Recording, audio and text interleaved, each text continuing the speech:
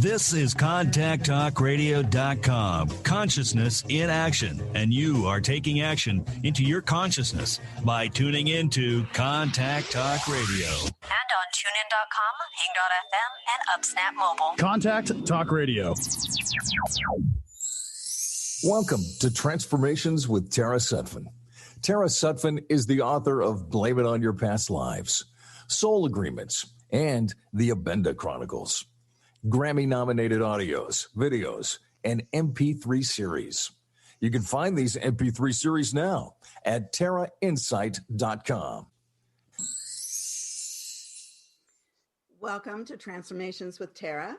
And my guest today is Jacquie Jordan. And she is TV guestpert. And, you know, she is fantastic at getting everybody out who wants to be in the limelight. You need to talk to Jacquie. And she's now just picked up some really exciting news that she's going to tell us today. She talked to the mayor yesterday of her town. And so we're really excited about that. And Jason D. McKean, who is the voice of over 1 million ohms throughout the world on recordings. And he has meditations as well as many just ohm recordings that you can listen to and really find your resonance with the universe. It's really beautiful. So thank you both for being on the show. And today we're going to talk about nothing changes if nothing changes. And I saw that yesterday and I thought, oh my gosh, we need to talk about that. That is such a great topic. I just have to say, when I hear the opening of the show, I just think, oh my God, there is so much talent in that family. When they do the top of the show credits, you know, it's Scott's voice, and then and then all these crowd. I'm like, that is one family with so much talent. Oh, thank you. Great to hear that. Yeah, it's funny, you know, how it's gone along. We're all voices, and our dad was a voice. Oh, was he? Mom was a nurse, and our dad was a voice. Oh, how about that? Yeah, and all of you make your living through your voice, like literally. Yeah, that's how you essentially make your living, right? Through your voice. That's just extraordinary. So much, so much talent. Yeah. So I'm happy to be here. Thank you. Yeah, and I love the topic. Nothing changes if nothing changes. Isn't that the truth? Wow. And I mean, talking about somebody who changed their life, I mean, it was you, Jacquie. Yeah, oh my gosh. And you keep going. Yeah. And nobody actually, I mean, I could say this to you too, but most people in my world don't actually even know it happened, or anything has happened, you know, because we live in such a 2x2 reality of like social media. So it's only what's being presented. And then we went through the 2020, you know, COVID year. And what I found really about last year, there's so many people looking like, I want to say, when I say down at their feet, but just only looking at their life as it is right in front of them. And so I went through a lot of choices that created change. And I didn't end up telling many people. I didn't tell many people about it because I felt that they were having the exact experience that they needed to have, and I honored and respected that, and I didn't need to go throw in my change, you know, and that alone. Even whether you get sometimes you get changed two ways. You either it gets thrown on you or you choose it, and I was grateful to be in a position of choosing it, but it also meant a lot of uncertainty, and I just didn't want to spread my uncertainty around to everybody else's, you know, predicament of uncertainty. So I just kept my head down. Kept my head down, looking at my feet, moving forward. And that's what I did. But here it is 1 year later. And it's been, you know, quite an expansive, it's been an expansive journey. It's been an expansive journey. So I guess I've got a big 42-foot RV last year and put the animals in it and put the house up for sale and came across country without a destination. Had places in mind, but really wasn't sure, like, you know, we're sensitive people. So like to commit to anything geographically on paper just doesn't make sense to me. Like I have to feel it. Like it has to, like I have to go in and immerse myself before I could commit to it. So we were on a journey across the country, and we brought our TV show and our podcast front and center, and we did interviews. I got to do one with you, Tara, that we got to run, which was such a privilege to do, and a great conversation. And got to see old friends, make new friends. I got to introduce Tara to some new friends we met on the road, Tracy and Cruz, who we like zigzagged through 4 different states. And, you know, I felt like I was a pioneer woman, but a modern day pioneer woman, like learning how to hook up hoses. Right. And I would just happen to be where Jackie was. And so it was like, oh, Jackie and I would intersect. It was the craziest, most random, fateful, divine intersection to catch up with you in a different location. So, and then we even went into a hurricane, went straight for it. Yes, we went right into the storm. We chose the storm. Yeah. And you know, that's a testament to how powerful you are. Yep. Get in, get out. Yep. Except that baby, we left. Yep. She's not a baby anymore. She's 5, but now she's so big. Hmm? The growth between her from last fall to this spring was shocking to me. Yeah, it was shocking. It's really beautiful. Yeah, so lots of changes. And right now we're expanding our business TV guest-spurt outside of, you know, in Nashville, outside of the Nashville community.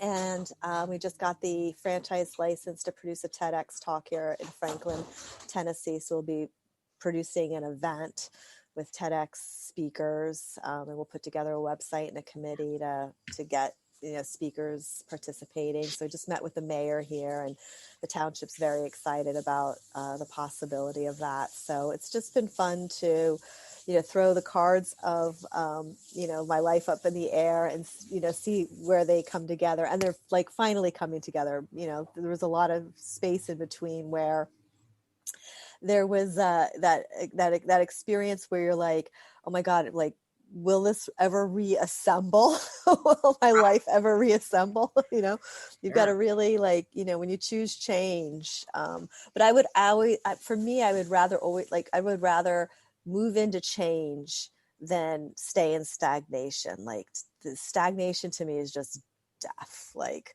it's just like soul death. And it doesn't have to be a physical moving change. I mean, change can happen in so many ways. Like sometimes it's just a matter of what I'm going to choose to eat in the next meal, you know, like that, it could be that's right. Or what you choose to read, or what you choose to study, or what you choose to, you know, you choose to walk or exercise, or that's exactly it. Yeah. Or make new friends. Yeah, exactly.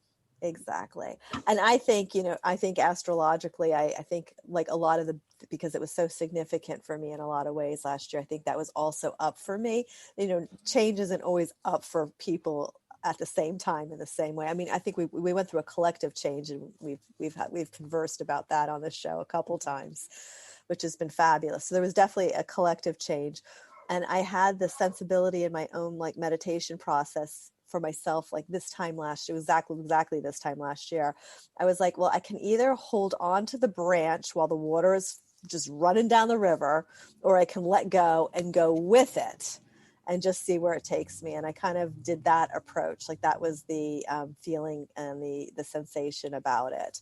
And you know, I always say with change, or I always say with choice, there is no wrong. It just is about taking responsibility for the experience you're experiencing. That's it. There's like never a wrong choice. It's just, again, taking responsibility for the experience you're experiencing. And if you don't like the experience you're experiencing, then you get to make another change, you know, another choice. So yeah, I don't subscribe to that right or wrong thinking, like, at all. Mm-mm. Nor being stuck. Yeah, sometimes you just have to get moving, right? It's like sometimes you don't know, like, just all of the details of what's going to happen, and you just need to like get the cogs in motion there, so that you can you know, see, you know, what's pulling you, you know, towards it, what's drawing you towards it, especially with like the events of last year and all the energy. It's like not everyone has a clear picture about where it is that they're going. but they may have a deep feeling of like something's got to change. Yep. It can't just like keep going Keep about doing the same thing, and to get it moving, get the process started, and then allow for it to add on. It's like you can activate your creativity too, and that's the beautiful thing about the world that we live in, especially with all the digital and all that. It's like that has just been an incredible boon to so many of us in communication related fields. Right. Because if it weren't for technology and communication, I wouldn't have been able to do what I was able to do, because I was able to continue a full-time business while being in motion, and being in motion without necessarily a destination, amongst a lot of uncertainty, but still in a weird way be able to perform my same daily tasks because of technology and because of communication. So, I love technology as a tool for your life, as long as you're not a slave to the technology. Yeah, me too. Too late. I do that. Too late. It's like, Zoom already has me. We're in. Yeah. Well, Zoom has you because what happened with Jason, I think, is he was racing all over LA, and then he kept everybody, but they now come to him through Zoom. You're doing stuff in Japan, right? You're doing international because of Zoom and COVID and that. Yeah. You're like now an international Zoom star, which is awesome. Like, what a great way to pivot. It's and it keeps expanding, keeps growing, and it is like a pivot. It is where I've been like thinking about, it's like, can one go back? Can one go back to the pace that they were at and doing the same things? And it's like it's difficult. It's difficult to take those steps backward and feel like you're that you're being true to your own path. Right. Mm-hmm. I think that part of what change is where it's growth, right? It's like that's another word for it. It's like there's two cards in the tarot that are really significant change cards. One is death and the other is the Tower. And most people they balk when they get either one. But that's a really good example of the one is the change is kind of forced upon you, which I would think is more the Tower card, and then the Death card is the more of the change that you choose to align with. It's like if you have like an encoding within yourself that is just starting to unfold or blossom, like a seed, right? Starts to push out and wants to be, seen in the world and all. It's like that is more that Death card. That's where it's an organic change from within and it goes out. And it's like, it's time to change. The Tower is more that external forces there, stuff that's out of our control. It's like the accidental stuff. It's, it's COVID. It's a pandemic. It's yeah. Well, and how we like just navigate that change. Yeah. Whether it's internal or the external. That's our life. That's our journey. Well, I think that a lot of people it slowed down enough for them. I mean, a lot of people panicked, but the bottom line is that it slowed down enough to where people saw what wasn't working in their life, their relationships, their, the friendships, their weight control, their, their emotional anxiousness, that we were living in a really super fast world. And is that healthy for you? Because we're all living pretty fast all the time. I'm still I still traveled through all of it, and I take all my clients all the time, and I'm dealing with their stuff, whether it's success or love or health issues. I'm in there, so I'm always feeling that I'm changing and growing and you're always showing up for people. I remember watching you take, client calls at 10, 11 o'clock at night because they were in a different country, in a different time zone, so you're always, showing up for people. So that's not exactly slowing down. No, I'm probably not one to really talk, but I'm definitely in the change, that I'm comfortable with. If it changes, it's fine. Mm-hmm. Yeah. Well, you're a change agent for other people, or you help them facilitate the change. I mean, that really is what you. Oh yeah, let's hold your hand. It's all going to be okay. Yeah. What do you think that people like, because change is like it means change, right? That there's something that's not going to be the same, where they can depend on like a routine or patterns. It's like, what do you think that people resist most? I don't know if I exactly like or embrace change. For me, I do it because I know that it is.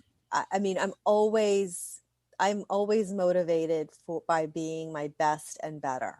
Like, so I'm always, so I will always do my best to align with that within myself first. But as a personality or my personal reality, I don't like change at all. Like, I want to know what I'm doing for breakfast, what I'm doing, like I want routine and discipline. I think it's the Libra, the Libra with the Capricorn moon and the Virgo rising. Like, I'm just like, I want it fixed. I want to know what to expect. So it's very, I've had to, the fact that I am as adventurous as I am is literally counterintuitive, I think, to my natural design, because I like to be static and fixed. And whereas, Scott, my fiance, like he's a triple fire sign. Like, he is in the moment, spontaneous, like all the time, which is he can handle it. Yes. Yeah, like he's just always in the moment. And but I've had to, part of my maturity, my spiritual maturity has been to really like to be comfortable. The expression that I use is, wearing my dirty diaper of discomfort, and wearing my dirty diaper of discomfort and being in these uncomfortable times of uncertainty and really embracing that. Like, I have the spiritual maturity to know that that's where the juiciness of life comes from, the growth experience, and I know that that's where the seeds get planted, to use your language, and that I will have, that I will harvest that at a later date in time if I'm willing to, make a sacrifice or, or be uncomfortable with the uncertainties. But it's not my natural instinct at all. I'm fixed. Like, root it down, put it on a calendar. Let me cross off it as a task list. I just want things. So I've had to really, like, that's been just part of honestly, my spiritual maturity has been to really, like, you want progress. You want to see something you're producing actually come into fruition. Yes. You don't want talking about something that goes to fluff. Yeah. You want actual tangible results. You want tangible. Yeah. So is that what drives you then, as far as, just, looking at you as an example, you're saying that you're fixed. Most people are fixed, right? They resist like change. And it's like, what drives you to break out of that enough to make progress? And growth, the commitment to growth, as progress, we're seeing results, having a different experience. I think with nothing changes, you don't get a different experience. You just don't get a different experience. Like, you could be really fixed on having, and we see people whose lives are like that. Like, they're just, they're just fixed, they're just one note. They're one note. My life experience, and I think all of us here, is made up of a symphony of experiences. Many of mine have not been positive or pleasant, but they still have, created a symphony of experience for me that has created the me that I am today. And then for that, I'm grateful, because, I feel very dimensional in my living reality, because I know, I know struggle, because I know, what it's like to overcome, things that, are very difficult. And I don't, I've not been always a winner in things that I've set out to do, but I do have a knack for persistence and consistency of showing up that has paid off really, really well. Well, that's interesting, because, we can't always win, even when we want to. And that's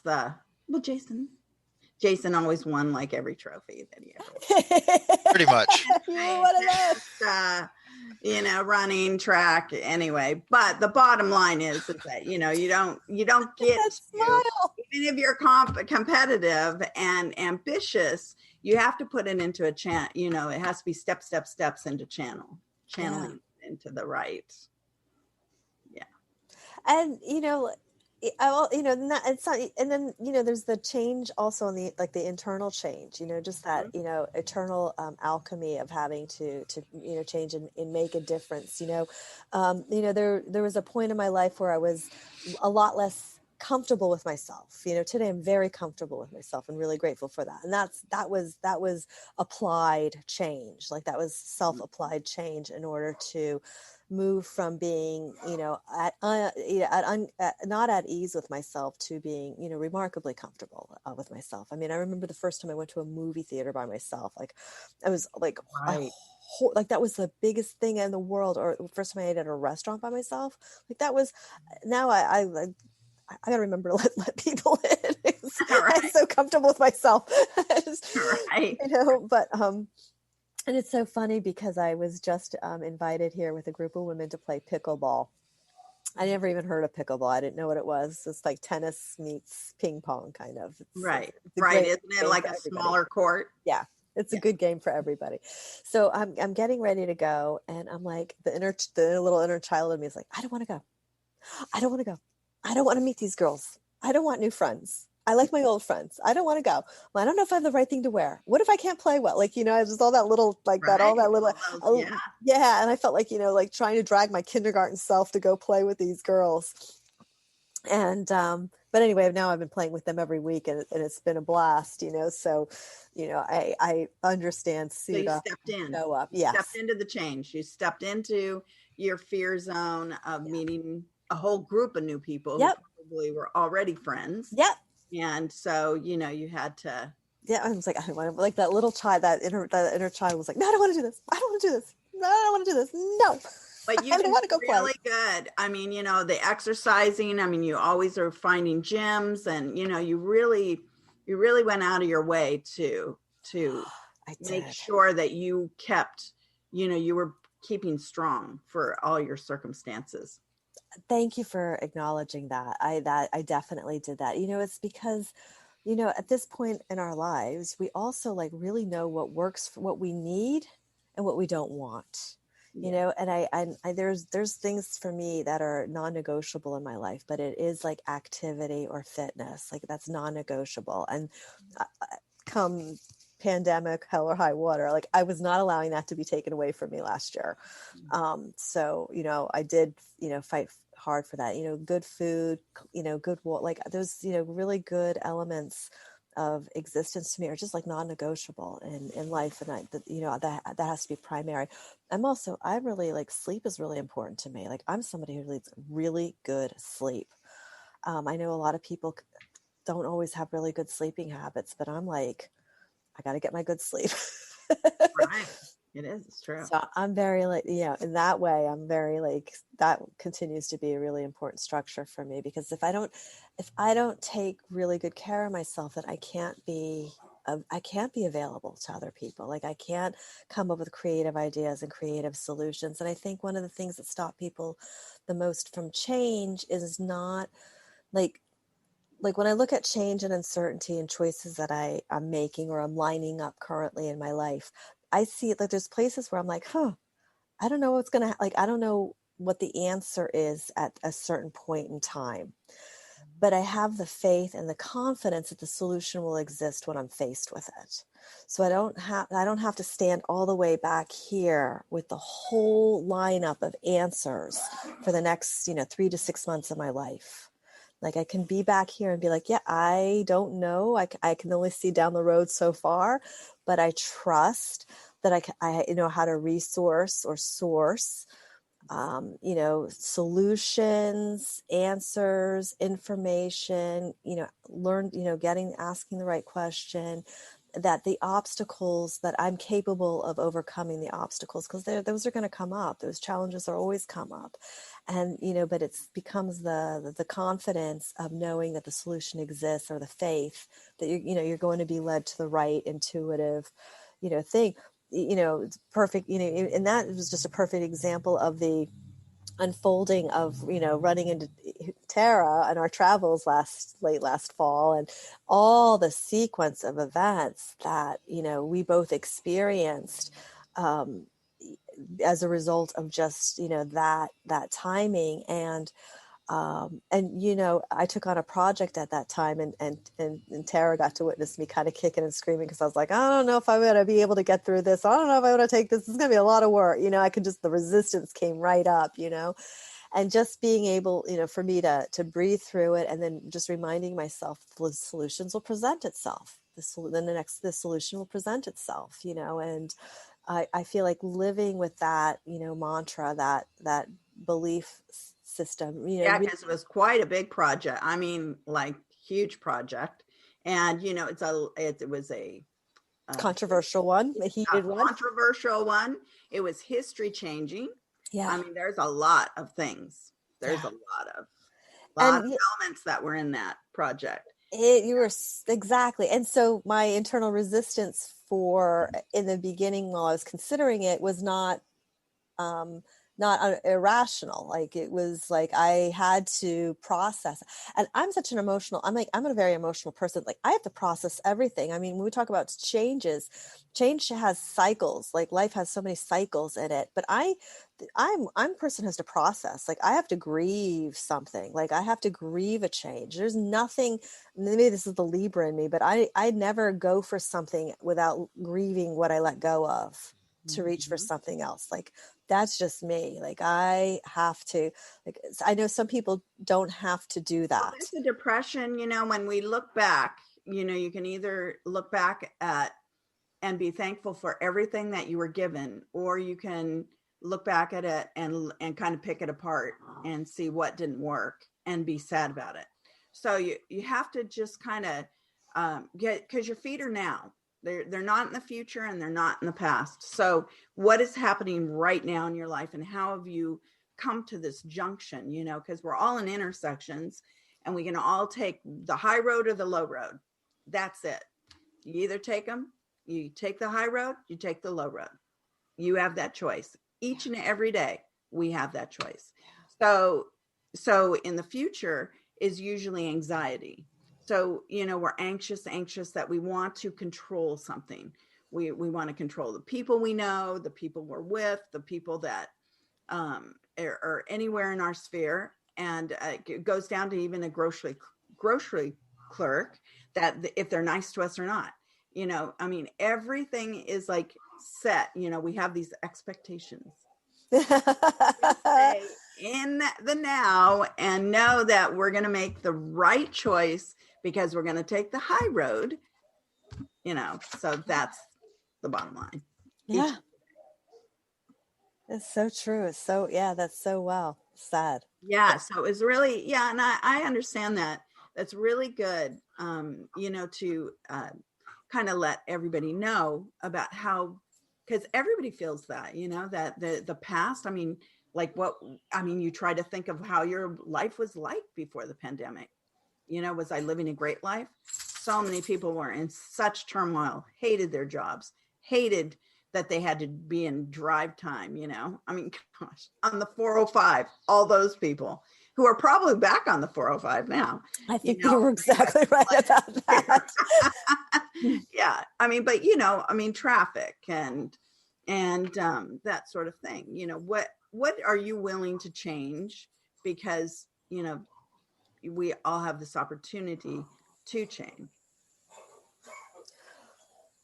Well, I'm thinking about how, if one holds on to things, holds on to the past, and holds on to it like with a death grip, as far as like that it means that someone is going to have a harder time just moving through what needs to be changed, what can be beneficial, right? So coming into a place of balance, and it sounds like what Jackie was talking about, where that grieving process of letting go, that has to be a complete process. It's like that has to be a true letting go, and once you're able to create room within yourself for something new, then you're able to move forward. I see it a lot with the people that I work with, as far as with relationships, and all, just being able to let go of a person maybe that they've loved, but no longer, there's no longer a loving relationship there, and it's like to be able to fully release that person, that's the work in the present. I like to say that the heavy lifting is done in the present moment. That's what builds our future, our way forward, is being conscious in the present, and then doing the work then and now. And like you were saying, Tara, it's like the choices. Do I take this road? Do I take that road? And do I look to go the path that is beneficial to me, that builds me, that restores me, or do I go down this path where I can wallow in these memories, and I can feel like, it's like it's this kind of like a weird bittersweet bath that you're soaking in of the past, and it's familiar territory, but it's not productive. It's not where you're really soothing yourself. You're just wallowing in memories that are not serving you. And when you're ready to release those and go down that path of rebuilding, then you're making the choices that are the hard choices. And again, it can feel like it's that heavy lifting that you're doing in that moment, but you're paving the way towards releasing and bringing in the new. Right. And I'm not saying when as far as like change, throwing away people or places or things, these can be all beautiful things in your life, to stay with them, but just to roll with the change, because it's important. It's important for you to grow as a person and not be, too sentimental, where people walk on you, or you're enabling people to not grow in their own right. Mm-hmm. Or, and you also, because there are times when you have to be there for people because they need you. I mean, truly need you if they're like sick.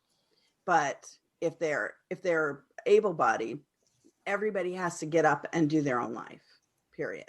And you have to be willing to allow the people around you to live that life, and to champion them, and to honor them, and to be proud. I'm always proud of everybody's steps that they make in life. I mean, that's taking the high road. You always want to just take the high road over it. One of the things I also had to learn too was like not holding people where they're at. It's like and I had to learn it because I did not like being held by somebody else from where they had me at, 10 years ago, 15 years ago, or whatever, last conversation, because, we do. And I feel like with friendships like ours, it's because we allow each other to show up new to each other. like, hey, I'm nice to meet you. May 7th, 2021, because we're all new. Like having that spirit of being able to relate is also so beautiful because it allows the other person to have the passages of growing and changing, and you're not holding them in a fixed identity.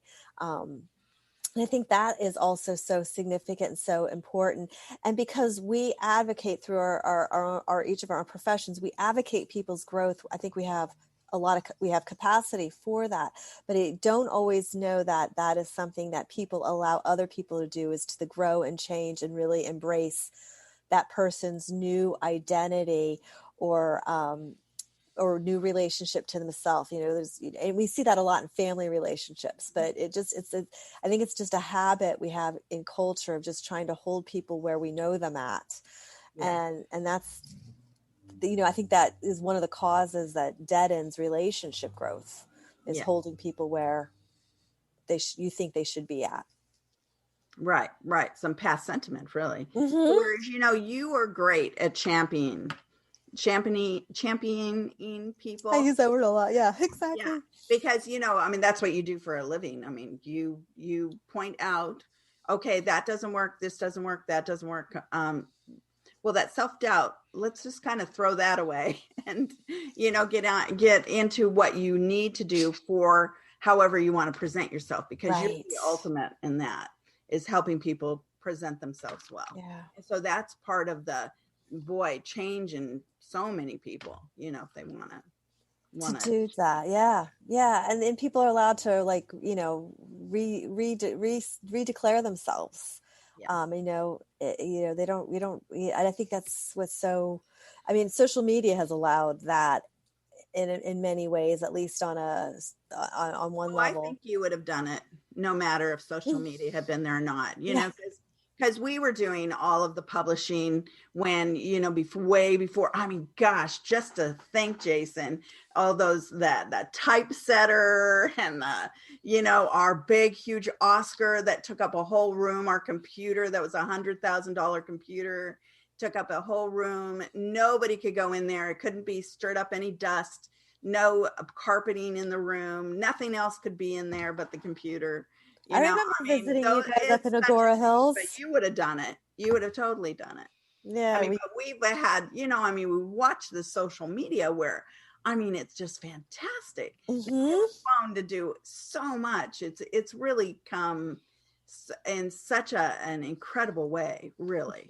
It had, yeah. Well, you definitely were leaders in that, because I do remember visiting the big facility in Agora Hills. It was enormous, and before that, but we outgrew Malibu. We had to move to Agora Hills, and Agora Hills at that time was like farmland practically. Yeah, that big industrial. But I always, credit you, both of you, and the family for, I have my publishing company because of the work that you guys did. It was just fun.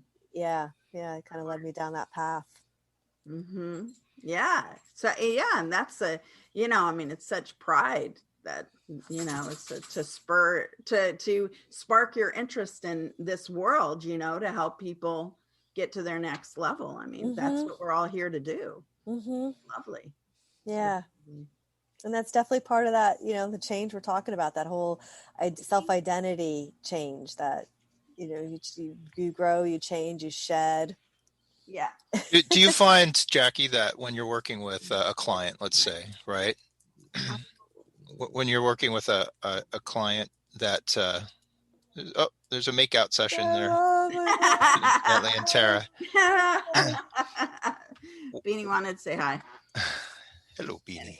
So when you're working with a client, getting them ready for presentations and things like that, do you find that there is a formula that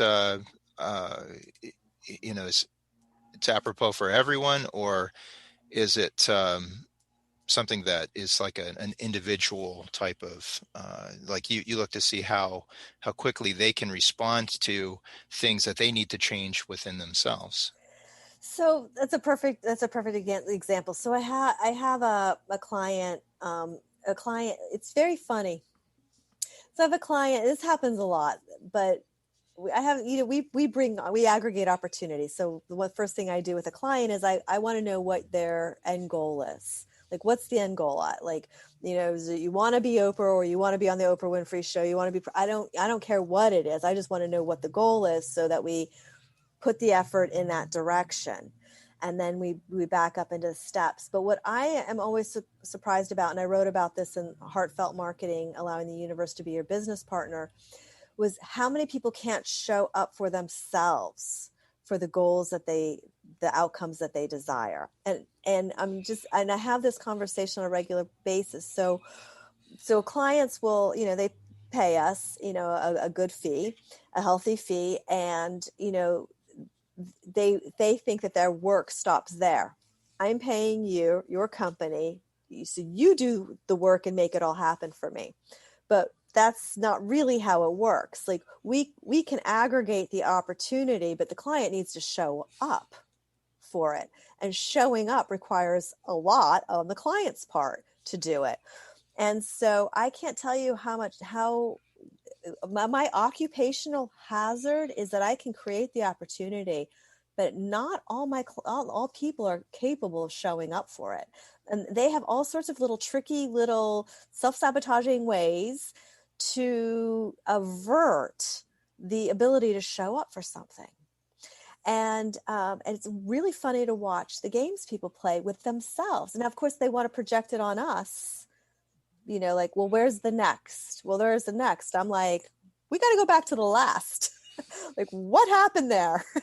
And it's, sometimes it's simple things. It's, rehearsals or your content or tech practice, and then blowing those things off.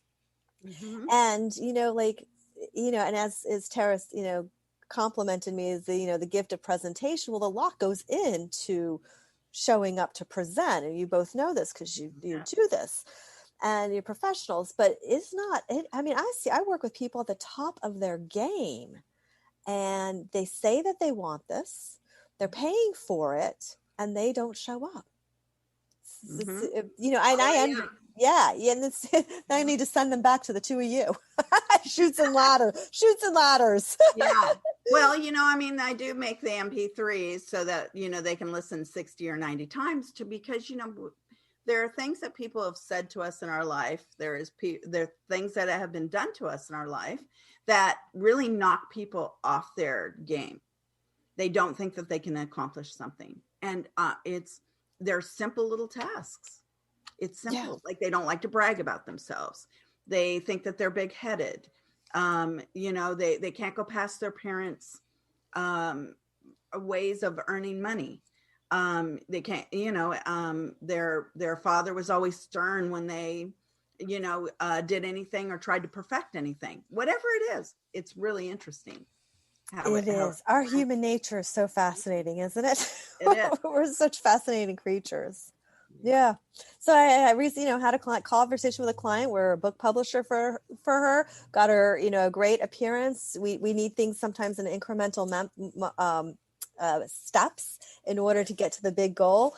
She didn't show up for it. She comes back and she says, so what are you doing for me? I'm like, I need you to show up. You show up, I can do for you.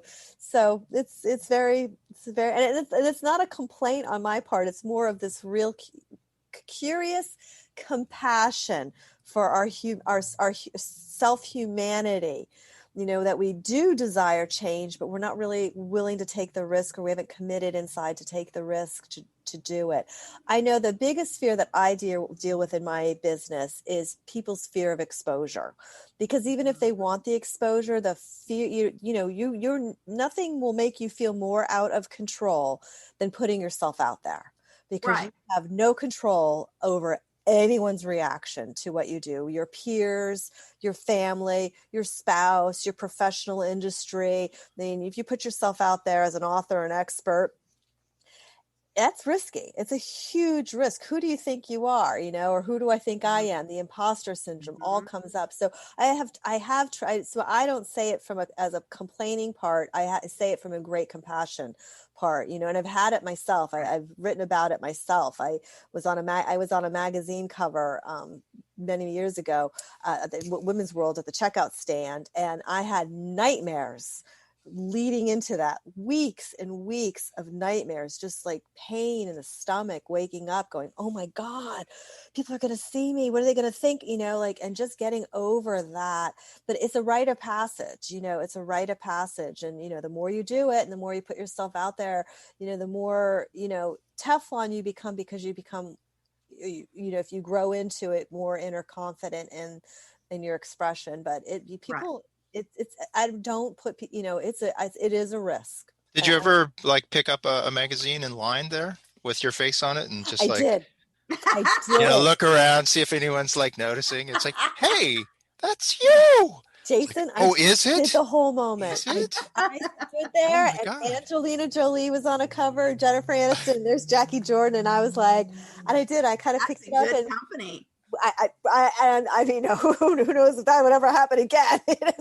I picked it up and I showed it to the checkout. Should have taken a picture of all of it. Yes. Yeah. It's like, is this flattering to me? Do I look like this really in real life? It's like, oh my God. Well, that's the problem right there. People, it's like they don't like their voice on a recording, and they don't like the way they look when you look at a picture. Yeah. And other people see you differently than you see yourself. I agree. Like ridiculous, like put on that smile, put on some integrities, put on some, just harmonious types of, feelings, and people love people. Part of it is that comfort, right? That comfort you were talking about, earlier, where you're just comfortable in your own skin, and you just, you know what you know, right? And it's like, you don't try to like be anything that you're not. I think that authenticity is like when you are yourself in the world. I think that is the that place of center, that when you operate from there, it's like you can go into any situation and be present.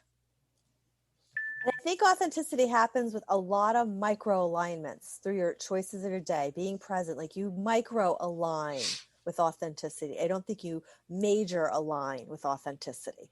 It's not like one big sweeping moment decision that makes you authentic. It's thousands of little micro choices, decisions that keep you in an authentic alignment.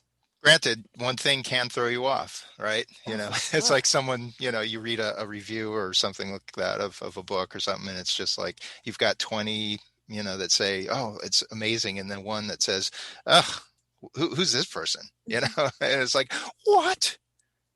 How dare you question me? Right. It is so true. Yeah.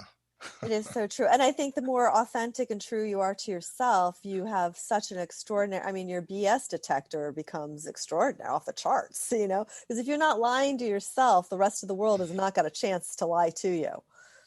So if you're true to yourself and authentic with yourself, and you take the risks that are required with being, truly aligned to yourself, then, you BS, so people who are duped by manipulation, duped by BS are, in my experience, are usually people who are not as honest with themselves, or don't hold themselves truly accountable to their self-honesty in the way that they could. And that's where the manipulations, can come in, Right. So, when they stop doing things that are good for them. Yeah. Mm-hmm. That's usually when you get a confused mind at that point. Yes. Yeah, it's interesting too. I find that just taking some time to meditate every day usually cures that.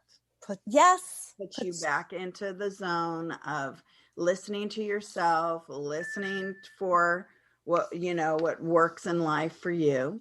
And then it's a thin line sometimes. I've been going into the whole thought process of, when did I just trust life? It was maybe before you hit puberty, where you're just loving life. Mm-hmm. But even afterwards, where is it that you expected the best? Mm-hmm. You just love life. And that's kind of, I've over the last over the year for sure. But I just think, I should, I do it for people who are in deep meditation, you know, like when I'm giving them an MP3, like bringing back in that essence of when you were young, where you trusted your life and you knew it was just going to be great, you know, and if you just keep going in that resonance, your life will be great, you know, because you'll expect it. It's just kind of raising you up all the time to, oh yeah, let me help you with that. Let me, and you stop not helping others by being, you know, too observant or too, you know, because that trust factor, you know, you allow yourself to trust for the right things, not the wrong, which is a kind of an interesting thing. You know, we had it at a gas station years ago. You know, I always give people money and, you know, different, anything around, you know, I give money. And William was with me, my son, and he was like wanting to give at the gas station somebody who wanted some money. And I, before I could go, no, you know, because I knew that was not going to be the right thing. And that he was going to, he was, you know, the chaotic energy was there. So, but he was like mad. And I said, no, you gave. And that's the thing, is we give to get in life. And so you let it go. You don't have any expectations of the energy of money. You know, let it come in. Yeah. Just allow yourself to be in the resonance. So, yeah. So anyway, that's what I've been doing a lot with people, is just get back into, like, you have this wonderful excitement about life, where it's going, why it's going there. Yeah. So it looks like we're on our countdown here, Tara. So TVG, is that your rap name? Yeah, is that your? I'm JJ, and we're from TVG, something like that. That's great. You should think of like a career as a rap artist. Just, you know, supplemental. I don't know if I see that in my cards, but it's TV Guestpert, TV Guestpert on Instagram, TV Guestpert on Facebook, TV Guestpert on the web, TV Guestpert. Yeah, GUESTPERT.com. So TV Guestpert. Yeah, thank you. And how about you, Jace? Well, I am at Jason D. McKean. Jason D. as in David, but it's not David. McKean, McKean.com. Could be Dumbledore. Oh, yeah, could be. Right. Could be. And I have a new book coming out soon. I'm going to announce that. That's exciting. Coming up. That's but great it's not ready exactly yet. Okay. It's putting the final touches on it. Okay. Nice. That's great. Nice. And where are you located, Tara? I'm at tarainsight.com, TARAINSIGHT.com. So yeah, taking appointments. Love your moon blog. I'm an Apex again. Love your moon blog. Everybody should go to Terra Insight and sign up for that moon blog. Yeah, it's fun. It's fun. How many years have you been doing that now? Oh gosh, well, whenever we met, you know, we were doing the moon rituals, back in the 90s. But I think the blogs probably came about 2005, 2006. Yeah, I've been stopped in just the weirdest places. Do you write that moon blog? I mean, that's that's a faithful, consistent writer. Yeah. That's a faithful, consistent writer. That is suiting up and showing up. That is great. Well, now everybody's into the moon. At the time, nobody was doing moon rituals or anything like that. And, you know, I was doing bonfires on the beach all the time. And I did a bonfire this last moon. Beautiful. Yeah. So it's all fun. Thank you for having me, Jackie. It's always great to see you. Thank you. Likewise. Yeah, I love being here. Thank you so much. I love that. And I love the topic. Nothing changes. Nothing changes. Nothing changes if nothing changes. Yeah. Like, get on it. That's so true. So we'll have a beautiful rest of your day. Yeah. It's a lot of fun. Thank you. Thank you. I know. Love you, Jackie.